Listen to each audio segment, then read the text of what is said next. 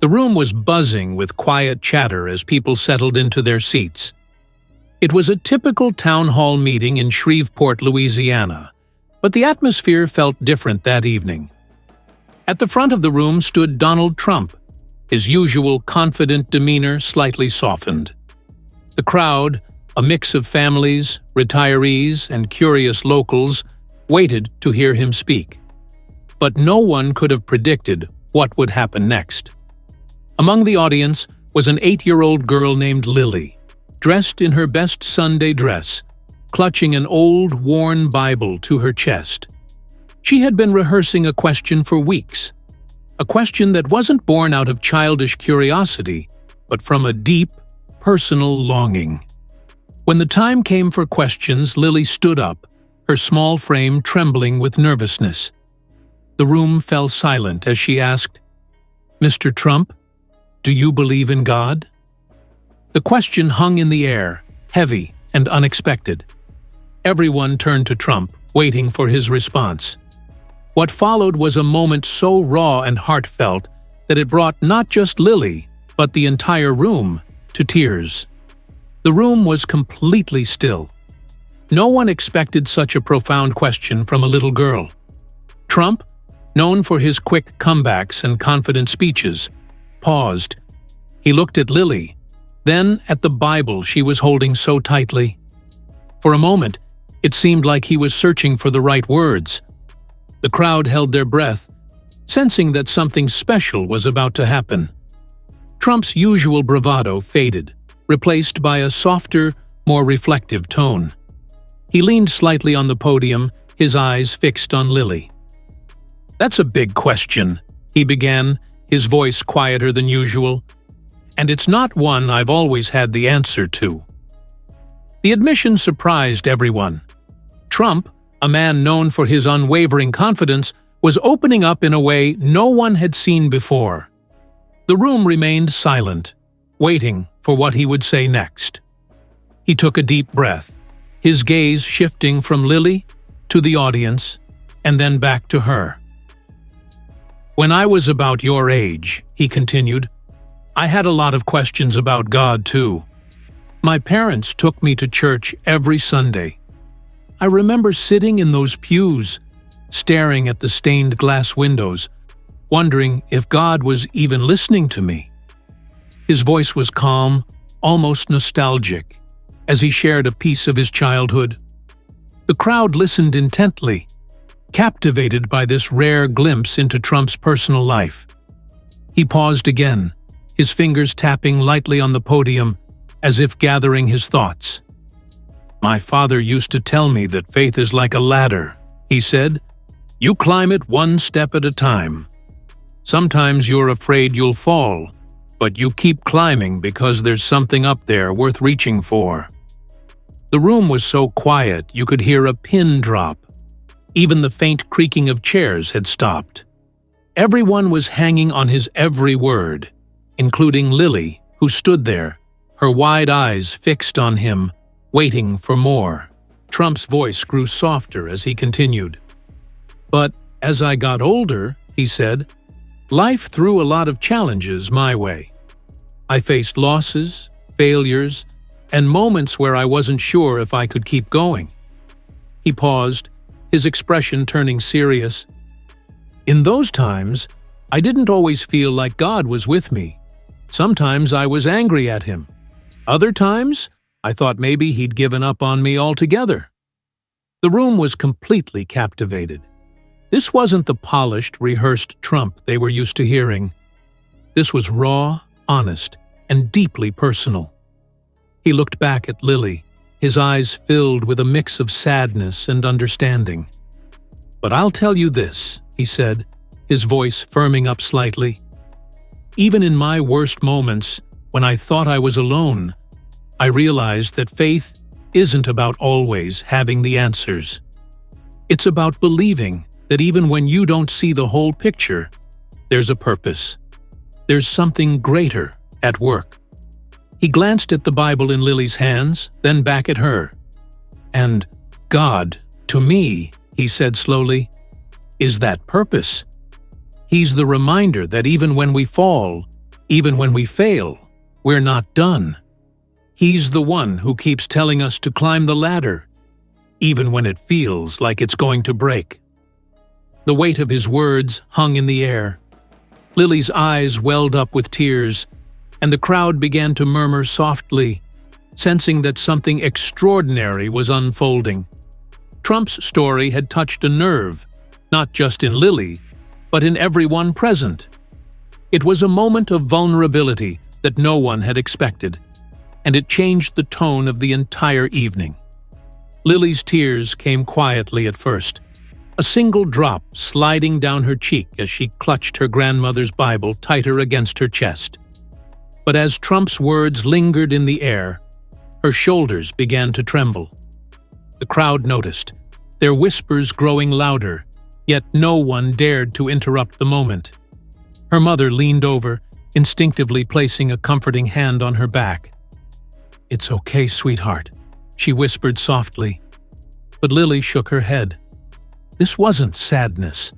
It was something far deeper. Trump had spoken words she hadn't known she needed to hear, and in doing so, he had touched a part of her young heart she had long guarded. Trump seemed to notice her reaction and took a step away from the podium, his face uncharacteristically subdued. "What's your name?" he asked gently. "Lily," she stammered, her voice barely above a whisper. "That's a beautiful name," he said with a faint smile. "You know, Lily, sometimes the simplest questions are the hardest ones to answer. And sometimes those questions remind us of what really matters." Lily nodded, her tear-filled eyes never leaving his. "My grandma used to say that too," she said softly. "She said God is always listening, even when you don't hear him." Trump's expression flickered with something unspoken, a mix of admiration and understanding. He took a deep breath, turning his attention back to the crowd. "You know," he said, "this little girl just asked a question that most adults are too afraid to ask. What does God mean to us? It's not an easy question, because it makes us look inward. It makes us face our fears, our doubts, and our flaws." The room was utterly still, the weight of his words pressing down on everyone. For a moment, it felt as though Lily wasn't just a little girl with a Bible. She was a symbol of something much bigger. Her courage had shifted the tone of the entire evening, transforming it from a routine town hall into a deeply personal reflection on faith and humanity. People began to nod, some wiping away tears, others simply sitting in quiet reflection. The connection between Trump, Lily, and the audience was palpable, as if her question had opened a door to a conversation no one had dared to have before. As the room settled into the weight of Trump's words, a man near the back of the hall slowly raised his hand. His rugged face, lined with years of hard work, bore a serious expression. When Trump acknowledged him, the man stood and spoke in a measured, deliberate voice. "Mr. Trump," he began, "I've spent years trying to figure out my own faith. Hearing you talk about it like this, about anger, doubt, and hope, it makes me wonder if all of us have been too afraid to admit we're struggling. Do you think that's part of the problem?" The question seemed to catch Trump off guard, but he didn't hesitate for long. He leaned slightly on the podium, his gaze meeting the man's. "You know," he began, "I think a lot of us are afraid to admit we're not as strong as we want people to think we are. Faith isn't easy. It's messy. It's complicated. And sometimes it feels like you're just shouting into the void. But the truth is, that's what makes it so powerful. It's not about being perfect. It's about trying, even when you don't have all the answers." The man nodded, his expression softening as he sat back down. A murmur of agreement rippled through the crowd, but it was Lily's voice that broke through next. "My grandma used to say, faith is like planting seeds," she said, her words clear and steady despite her small frame.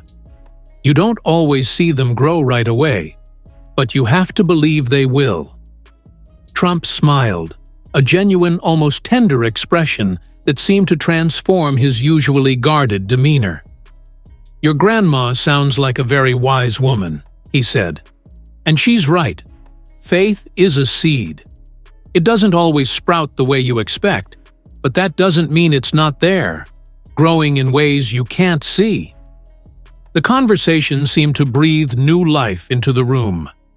People began to nod, share glances, and even whisper quietly to those sitting beside them. What had started as a structured town hall had shifted into something far more personal, a shared reflection on life's challenges, doubts, and moments of grace. An older woman, her silver hair pulled back into a neat bun, raised her hand next. "I lost my husband last year," she said, her voice trembling. "I've been angry at God ever since. I feel like I've lost my faith entirely. Do you think it's too late to find it again?" Trump stepped closer to the edge of the stage, his voice soft but steady. "It's never too late," he said. "Faith isn't something you lose forever. It's something that waits for you. And sometimes, it's in the quietest moments, when you least expect it, that it comes back to you." The woman nodded, tears glistening in her eyes. Around the room, others looked equally moved, some dabbing at their faces with tissues, others simply sitting in reflective silence. The evening had become more than just a political event. It was a moment of shared humanity, sparked by a little girl's brave question. As Trump's words settled into the hearts of those in the room, it became clear that the evening wasn't just about questions and answers anymore. It was about connection, vulnerability, and the power of faith to bring people together. The room felt electric now, not with noise, but with a palpable energy of shared understanding. People who had come expecting a routine political talk were instead part of something deeply personal. It was as if Lily's simple question had opened a door that no one had dared approach before, and now no one wanted to turn back. Trump straightened, his gaze sweeping the room. "You know," he said, "there's something I've learned over the years. Faith doesn't always show up in grand moments. It's in the small ones, the times when someone lends a hand, listens when you're hurting, or asks a question as brave as Lily's. Those moments remind us of what matters." The audience was silent, hanging on every word. Trump's voice, so often commanding and unyielding, now carried a humility that struck a chord. He gestured toward Lily. "This little girl reminded me tonight that faith isn't just something we talk about. It's something we live. And when we live it, it spreads." At that, Lily smiled faintly, her cheeks still flushed from earlier. Her mother pulled her close, whispering something in her ear that made the girl's smile widen just a bit more. Trump's tone grew firmer. "We're living in a time when it feels like the world is pulling us apart. Politics, opinions, differences. But faith has the power to bring us together. It's not about being the same. It's about understanding that we're all climbing that same ladder, one step at a time, no matter how different our paths look." A ripple of applause began, slow at first, but gaining momentum. People stood, clapping not just for Trump, but for the moment itself, for the courage it had taken Lily to ask her question, and for the answers it had drawn out of everyone in the room. As the applause subsided, Trump leaned in one last time. "So tonight, I'll leave you with this," he said. "Ask yourselves what faith means to you. And don't be afraid of the answer, no matter how uncertain it might be. Because faith isn't about knowing, it's about believing." He paused, letting the weight of his words settle before adding, "And if you found something tonight that touched you, hold on to it. Let it grow, and share it with the people who need it most. The room erupted in applause again, but this time it was punctuated with hugs, handshakes, and even a few tears. Strangers who had entered the hall with little more than polite nods now lingered, exchanging smiles and stories. It was as if a collective weight had been lifted, replaced by a quiet hope. Lily, now standing with her mother, watched Trump step away from the podium. He walked over to her, kneeling slightly so they were eye to eye. "Thank you, Lily," he said, his voice low but sincere. "You've got more courage than most people twice your age. Don't ever lose that." She nodded, her small hand extending to shake his. "Thank you, Mr. Trump," she said, her voice steady now, "for answering." As Trump stood and waved at the crowd before exiting, the room remained alive with chatter. The people were clearly changed by what had just unfolded. Lily looked up at her mother, her voice soft but determined. Grandma would have been proud, wouldn't she? Her mother smiled, tears welling in her eyes. She would have been more than proud, sweetheart. She would have been amazed. As the hall slowly emptied, the lingering message was clear. Sometimes the bravest questions lead to the most unexpected answers. And in those answers, we find the pieces of ourselves we didn't know were missing.